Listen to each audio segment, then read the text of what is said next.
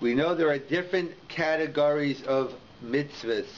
We have mitzvahs aseh, positive commandments, and mitzvahs lo saseh, and negative commandments. I believe the count is 248 positive, 365 negative. I believe that equals 613. If my arithmetic is correct. So there's 613 commandments, 365 negative, and 248 positive. Regarding the negative commandments, all are equal. That whatever is, well, I shouldn't say all, but generally speaking, men and women have the same prohibited activities. There are a couple of exceptions. Let's say with shaving, different parts where it's only an issue for a man, not for a woman. But as a general rule, when we talk about negative commandments, it usually applies equally to men and women.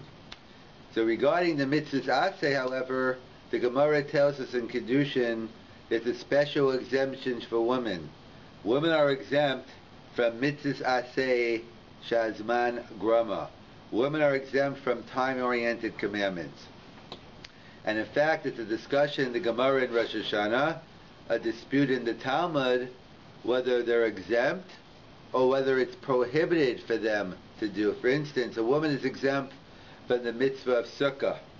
A woman is exempt from the mitzvah of shaking the four species. Does that mean exempt meaning she can volunteer if she wants but doesn't have to? Or is she prohibited? So actually there is an opinion in the Gemara, I believe it's Rabbi Yehuda, who says she violates the prohibition of Baal Tosef. She's adding to the Torah. There's a prohibition of Baal Tosef and Baal Tigra. And one opinion in the Talmud is by a woman volunteering a commandment, she violates Baal Tosef. We do not accept that opinion. And we assume women are exempt, but not only isn't it Baal Tosef, but in most cases it's praiseworthy. The more the merrier, the more mitzvahs a woman volunteers, it's encouraged and better. Obviously, as they asked the Chafetz Chaim, how come your wife, let's say, I think it was about davening, if women, that strictly speaking, are obligated in davening, how much you have to daven, that could be maybe a moda'ani lefanecha is enough. So if women are obligated, the Mishnah says women have to daven. So he says because osek b'mitzvah patam min mitzvah, she's involved in a much bigger mitzvah of taking care of the children. So obviously, if you have time constraints, you can't do it. But obviously you'll find time to daven whenever you can. But all the other mitzvahs, it's encouraged whenever you have time to do it, you do it. And therefore, obviously, when a person doesn't have children or they're past the stage their kids have grown up, and obviously they're not obligated, but it's obviously encouraged that a woman do these mitzvahs as well. Not just encouraged, when she does it, even though she might not be obligated, but when she does it, she could be in fulfillment of a mitzvah min Torah. No one can take it away. So it's a whole discussion among the Rishonim, the Rambam versus the Bali Tosfos. And so we accept, everybody agrees, halacha, a woman can volunteer a time-oriented mitzvah. The question is, can she make a blessing as well? Before she shakes the lulav, before she sits in the sukkah. So she could clearly sit in the sukkah, she could clearly shake the daled minim. What about making a blessing? Why would making a blessing be an issue? So, because what do you say in the bracha? Asher kiddishano b'mitzvosav vitzivanu. God, you commanded me to do this mitzvah. And as we point out, a woman is exempt from the time-oriented mitzvah.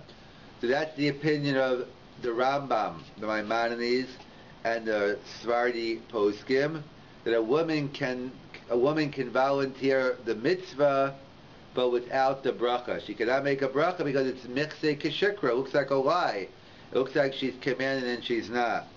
What about us, b'nai Ashkenaz? We don't care about lying? How come we say a woman is allowed to make a bracha?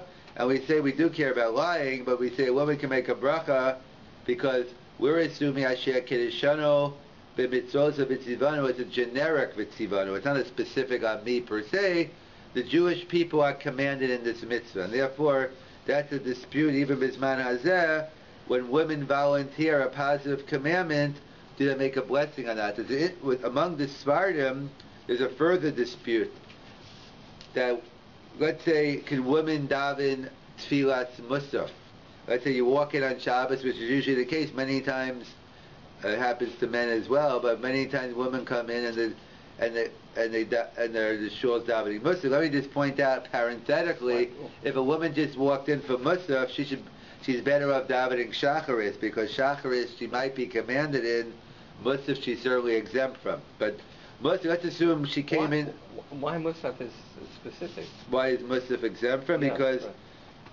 the reason why a woman is chayiv in tefillah, in prayer, the Mishnah says, Nashim chayavas b'tefillah, women are obligated in tefillah. Why? So the Gemara tells us, because tefillah is rachaminu, tefillah is requesting mercy, right. It's always appropriate. Right. But tefillah's Mussaf is linked to karbanos. It's not linked to rachamim. In fact, that's why interesting. It's a separate shir. What if the halach is you forget to daven shacharis, mincha, ma'ariv? The statute of limitations. You can make it up the next tefillah by davening a second Shemona Esrei. If you forget Mussaf and the day and Rosh Chodesh is over or Shabbos, that's it. Because what's the difference? Because tefillah, which is rachamim, it's always appropriate. But the karban is batul yomo batul karbano. It's only appropriate to that day. So Mussaf was a separate reason women are exempt from. So the question is, can a woman daven Mussaf? What? According to the Svardim, that say a woman cannot make a bracha before lulav and esrog, before shofar, before any mitzvah saseh shazman grama.